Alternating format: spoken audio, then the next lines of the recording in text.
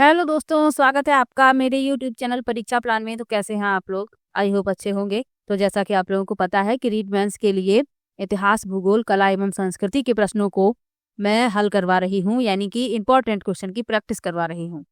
तो चलिए आज की वीडियो को शुरू करते हैं।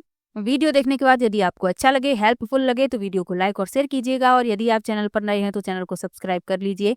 लेवल 1 के लिए सामान्य विज्ञान की क्लास भी चल रही है, तो आप लोग वो वीडियो भी देख सकते हैं। सामान्य विज्ञान आपका 10 अंक का पूछा जाएगा, तो 10 नंबर आपके वहां से कंप्लीट हो जाएंगे।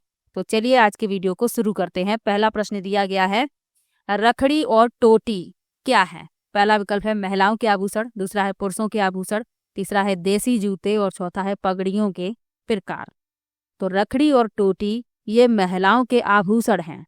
पहला विकल्प इसमें सही हो जाएगा। रखड़ी जो है ये सिर पर धारण किया जाता है, और टोटी जो है ये कान के आभूषण हैं। चलिए आगे बढ़ते हैं, अगले प्रश्न पर चलते हैं। याद रखिए पहला विकल्प इसमें सही है। अगला प्रश्न दिया गया है, किस सभ्यता को धूलकोट कहा जाता है? तो किस सभ्यता को धूलकोट कहा जाता है? आहड़ सभ्यता को। बी विकल्प इसमें सही हो जाएगा। चलिए आगे बढ़ते हैं, अगले प्रश्न पर चलते हैं। मेजा बांध किस नदी पर बना है? पहला विकल्प है मेज नदी, दूसरा विकल्प है कोठारी नदी, तीसरा है चंबल नदी और चौथा है बनास नदी। तो मेजा बांध किस नदी पर है ये पूछा गया है, तो ये कोठारी नदी पर है। बी विकल्प इसमें सही हो जाएगा। मेजा बांध का नाम देखकर आप लोग मेज नदी मत टिक कर दीजिएगा, और आपको ऑप्शन में मेज नदी जरूर मिलेगा भ्रमित करने के लिए। तो याद रखिएगा मेजा बांध कोठारी नदी पर है। चलिए आगे बढ़ते हैं, अगले प्रश्न पर चलते हैं। गणेश्वर किस संस्कृति का एक महत्वपूर्ण स्थल है? पहला विकल्प है ताम्र पाषाण कालीन, दूसरा है पुरा पाषाण कालीन, तीसरा है मध्य पाषाण कालीन और चौथा है नव पाषाण कालीन। तो गणेश्वर जो है ये ताम्र पाषाण कालीन एक महत्वपूर्ण स्थल है। पहला विकल्प इसमें आपका सही हो जाएगा। चलिए आगे बढ़ते हैं, अगले प्रश्न पर चलते हैं।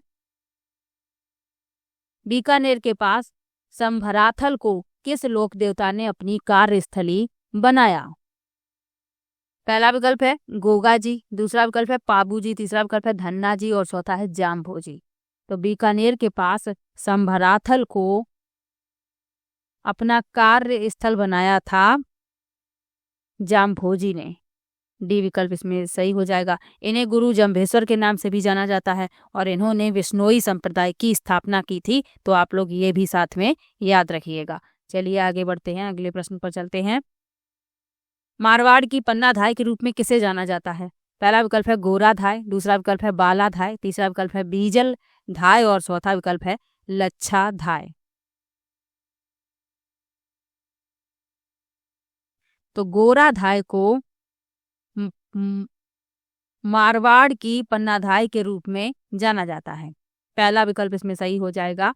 गोराधाय जो है इन्हें उनके असाधारण त्याग और निष्ठा की के लिए जाना जाता है। उन्होंने एक विकट परिस्थिति में मारवाड़ के शासक राव मालदेव के पुत्र की जान बचाई थी, इसलिए इन्हें मारवाड़ की पन्नाधाय के रूप में जाना जाता है। याद रखिएगा पहला विकल्प इसमें सही है।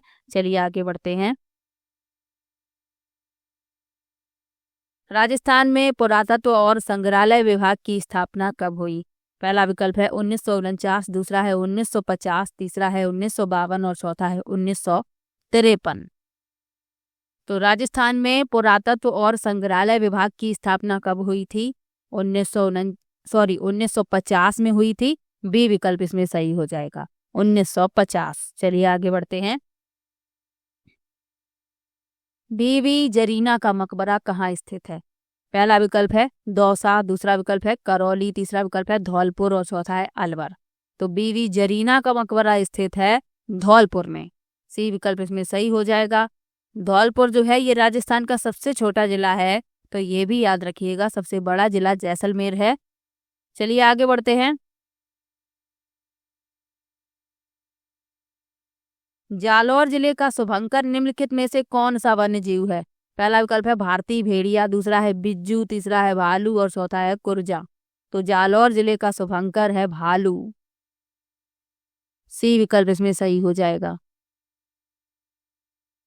अगला प्रश्न दिया गया है, राजस्थान में सबसे प्राचीन राष्ट्रीय उद्यान है। पहला विकल्प है रणथंभौर, दूसरा है मुकुंदरा हिल्स, तीसरा है केवलादेव और चौथा है सरिस्का। तो राजस्थान में सबसे प्राचीन राष्ट्रीय उद्यान है रणथंभौर। पहला विकल्प इसमें सही हो जाएगा। ये कब स्थापित हुआ था? ये 1980 में स्थापित हुआ था और ये सवाई माधोपुर जिले के पास स्थित है, तो ये भी याद रखिएगा। चलिए आगे बढ़ते हैं, अगले प्रश्न पर चलते हैं। 1857 के स्वतंत्रता संग्राम के समय कोटा महाराज की सहायता के लिए किस राज्य ने सैनिक सहायता भेजी? पहला विकल्प है झालावाड़, दूसरा विकल्प है जयपुर, तीसरा विकल्प है बूंदी और चौथा है करौली। तो 1857 के भारतीय स्वतंत्रता संग्राम के दौरान करौली की रियासत ने कोटा के महाराव को सैन्य सहायता प्रदान की थी। तो डी विकल्प इसमें सही हो जाएगा, करौली। चलिए आगे बढ़ते हैं। आज के प्रश्न इजी क्वेश्चन में लेकर आई हूँ, इजी क्वेश्चन है यानी सरल प्रश्न में लेकर आई हूँ। अगला प्रश्न है, वह दुर्ग जिसके चारों ओर खाई होती है वह क्या कहलाता है? पहला विकल्प है परधी, दूसरा विकल्प है धनवन, तीसरा है एरन और चौथा है पारिख।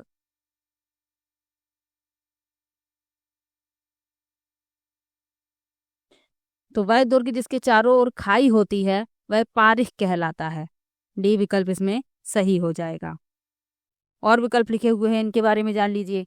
परिधि किला क्या होता है? तो सुरक्षा के लिए दीवारों से घिरा हुआ होता है, वह कहलाता है परिधि किला। धनवन किला तो ये खुले प्रवेश वाले मैदानों में बनाया जाता है। और एरन, इसे गिरी किला भी कहते हैं, तो ये रणनीतिक लाभ के लिए पहाड़ियों की चोटी पर स्थित होते हैं, तो ये भी याद रखिएगा साथ में। चलिए आगे बढ़ते हैं। राजस्थान में किस स्थान पर प्रतिवर्ष 12 सितंबर को वृक्ष महोत्सव मनाया जाता है? पहला विकल्प है खेजड़ली, दूसरा है विलाड़ा, तीसरा है मंडोर और चौथा है फलौदी। तो खेजड़ली में प्रतिवर्ष 12 सितंबर को वृक्ष महोत्सव मनाया जाता है। और क्यों मनाया जाता है? इसलिए मनाया जाता है क्योंकि एक घटना जुड़ी हुई है यहाँ से, एक दुखद घटना। 1730 की बात है, खेजड़ली में नरसंहार हुआ था, जो अमृता देवी बिश्नोई थी और उनके साथ गांव के और भी लोग शामिल थे। लगभग 363 लोग थे और उनकी बेटियां भी थीं। तो पेड़ों को बचाने के लिए उन सभी ने अपने प्राणों की आहुति दे दी थी। तो ये भी साथ में याद रखिएगा। पहला विकल्प इसमें सही है। चलिए आगे बढ़ते हैं। किस समारोह का संबंध विवाह से है? पहला है पनघट पूजन, दूसरा है टीका, तीसरा है गोद लेना और चौथा है जड़ूला। तो विवाह से जिसका संबंध है वह है टीका। पहला विकल्प इसमें सही हो जाएगा। चलिए आगे बढ़ते हैं।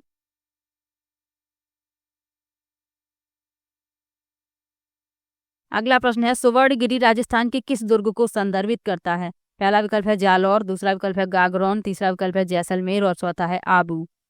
तो सुवर्णगिरी जो है ये राजस्थान के जालौर किले को संदर्भित करता है। पहला विकल्प इसमें सही हो जाएगा। चलिए आगे बढ़ते हैं। अगला प्रश्न दिया गया है, राव गंगा की मृत्यु के बाद 5 जून 1531 ईस्वी में मारवाड़ का शासक कौन बना? पहला विकल्प है जसवंत सिंह, दूसरा विकल्प है मालदेव, तीसरा विकल्प है वीरम देव और चौथा है सातल देव। तो राव गंगा की मृत्यु के बाद 5 जून 1531 ईस्वी में मारवाड़ का शासक मालदेव बना था। बी विकल्प इसमें सही हो जाएगा। चलिए आगे बढ़ते हैं। राजस्थान में चूनी और बारी शरीर के किस अंग पर पहने जाते हैं? पहला विकल्प है नाक, दूसरा कान, तीसरा गला, चौथा हाथ। तो चूनी और बारी ये नाक में धारण किए जाने वाले आभूषण हैं, महिलाओं द्वारा पहने जाते हैं। पहला विकल्प इसमें सही हो जाएगा। चलिए आगे बढ़ते हैं। निम्नलिखित में से कौन सा एक कालीबंगा सभ्यता से संबंधित नहीं है? पहला विकल्प है दुर्गीकरण, दूसरा है अग्नि वेदियां, तीसरा है मिट्टी के ईंटों के घर और चौथा है लोहे के उपकरण। तो जो कालीबंगा सभ्यता से संबंधित नहीं है वह है लोहे के उपकरण। डी विकल्प इसमें सही हो जाएगा। कालीबंगा सभ्यता सिंधु घाटी सभ्यता का हिस्सा है जो कांस्य युग की है और लौह युग से पहले की है। तो ये भी याद रखिएगा। चलिए आगे बढ़ते हैं। जयपुर में मीनाकारी की कला महाराजा मानसिंह प्रथम द्वारा कहाँ से लाई गई थी? पहला विकल्प है लाहौर, दूसरा बंगाल, तीसरा चीन और चौथा बलूचिस्तान। तो जयपुर में मीनाकारी की कला महाराजा मानसिंह द्वारा लाहौर से लाई गई थी। पहला विकल्प इसमें सही हो जाएगा। तो इन्हें मीनाकारी कला को शुरू करने का श्रेय दिया जाता है मानसिंह प्रथम को। चलिए आगे बढ़ते हैं। अर्जुन का वृक्ष मुख्य रूप से किस जिले में मिलता है? पहला विकल्प है झालावाड़, दूसरा है जयपुर, तीसरा है जालौर और चौथा है जैसलमेर। तो अर्जुन का वृक्ष मुख्य रूप से मिलता है झालावाड़ में। पहला विकल्प इसमें सही हो जाएगा। और इस पेड़ की जो छाल होती है इसका प्रयोग जो है हृदय रोगी करते हैं और आयुर्वेद चिकित्सा में हृदय संबंधी रोगों के लिए इससे औषधियाँ बनाई जाती हैं। तो ये भी याद रखिएगा, औषधि महत्व है इस वृक्ष का, अर्जुन के वृक्ष का। चलिए आगे बढ़ते हैं। किस जिले में जून माह में सूर्य की किरणें लंबवत पड़ती हैं? पहला विकल्प है भीलवाड़ा, दूसरा विकल्प है बांसवाड़ा, तीसरा है पाली और चौथा है जयपुर। तो जून माह में सूर्य की किरणें लंबवत पड़ती हैं बांसवाड़ा में। बी विकल्प इसमें सही हो जाएगा। चलिए आगे बढ़ते हैं। अगला प्रश्न दिया गया है, राजस्थान का कौन सा जिला संतरा उत्पादन के लिए प्रसिद्ध है? पहला विकल्प है झालावाड़, दूसरा है अलवर, तीसरा है टोंक और चौथा है राजसमंद। तो राजस्थान का झालावाड़ जिला संतरा उत्पादन के लिए प्रसिद्ध है और इसे राजस्थान का नागपुर भी कहा जाता है। और भारत में झालावाड़ संतरे के उत्पादन में नागपुर के बाद दूसरे स्थान पर है। तो ये भी याद रखिएगा, सबसे अधिक संतरे कहाँ होते हैं? नागपुर में, भारत में, और दूसरा स्थान झालावाड़ ने ले रखा है। चलिए आगे बढ़ते हैं। राजस्थान के किस शहर का कुछ भाग राष्ट्रीय राजधानी क्षेत्र में शामिल किया गया है? पहला विकल्प है कोटपूतली, दूसरा है जयपुर, तीसरा है धौलपुर और चौथा है अलवर। तो राजस्थान के किस शहर का कुछ भाग एनसीआर में शामिल किया गया है? अलवर में। अलवर का कुछ भाग एनसीआर में शामिल किया गया है। डी विकल्प इसमें सही हो जाएगा। चलिए आगे बढ़ते हैं। राज्य में मूंगफली का सबसे ज्यादा उत्पादन किस जिले में होता है? पहला विकल्प है बीकानेर, दूसरा विकल्प है उदयपुर, तीसरा विकल्प है जोधपुर और चौथा विकल्प है बूंदी। तो मूंगफली का सबसे ज्यादा उत्पादन बीकानेर में होता है। पहला विकल्प इसमें सही हो जाएगा, बीकानेर। चलिए आगे बढ़ते हैं। राष्ट्रीय ऊंट अनुसंधान केंद्र किस जिले में स्थित है? पहला विकल्प है भीलवाड़ा, दूसरा विकल्प है बाड़मेर, तीसरा विकल्प है बीकानेर और चौथा विकल्प है जैसलमेर। तो राष्ट्रीय ऊंट अनुसंधान केंद्र ये स्थित है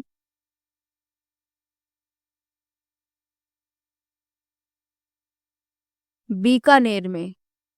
सी विकल्प इसमें सही हो जाएगा, बीकानेर। चलिए आगे बढ़ते हैं। कौन सा एशिया में पक्षियों का सबसे बड़ा प्रजनन क्षेत्र है?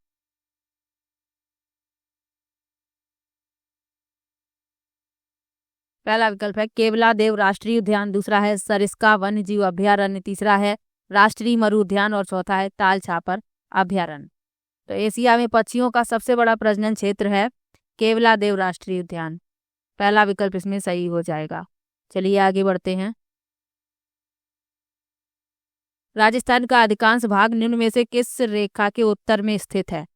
पहला विकल्प है भूमध्य रेखा, दूसरा है मैकमोहन रेखा, तीसरा है कर्क रेखा और चौथा है इनमें से कोई नहीं। तो राजस्थान का अधिकांश भाग कर्क रेखा के उत्तर में स्थित है। सी विकल्प इसमें सही हो जाएगा।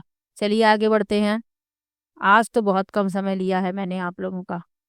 अगला प्रश्न है, मेवाड़ के प्रयाग के रूप में विख्यात मातृकुंडियां किस जिले में स्थित हैं? पहला विकल्प है चित्तौड़गढ़, दूसरा है राजसमंद, तीसरा है डूंगरपुर और चौथा है उदयपुर। क्योंकि पहले भी ये प्रश्न मैंने आप लोगों को करवाए हैं, जिसने भी प्रैक्टिस की वीडियो देखी है तो उसको पता है, तब मैंने डिटेल में पूरा बताया भी है। अब तो आप लोगों को इन सभी प्रश्नों के बारे में पता है, तो जल्दी जल्दी से इसीलिए मैं करवा रही हूँ। तो मेवाड़ के प्रयाग के रूप में विख्यात मातृकुंडियां किस जिले में स्थित है? चित्तौड़गढ़ में। पहला विकल्प इसमें सही हो जाएगा। चलिए आगे बढ़ते हैं।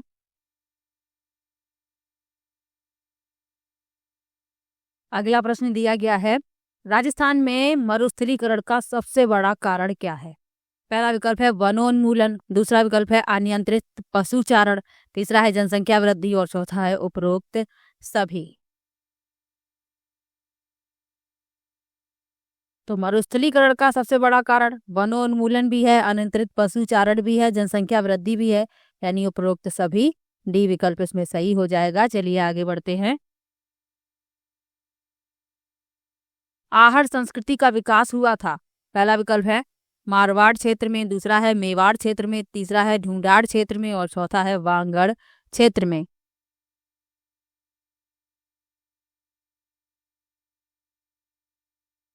तो आहड़ संस्कृति का विकास हुआ था मेवाड़ क्षेत्र में। बी विकल्प इसमें सही हो जाएगा। चलिए आगे बढ़ते हैं।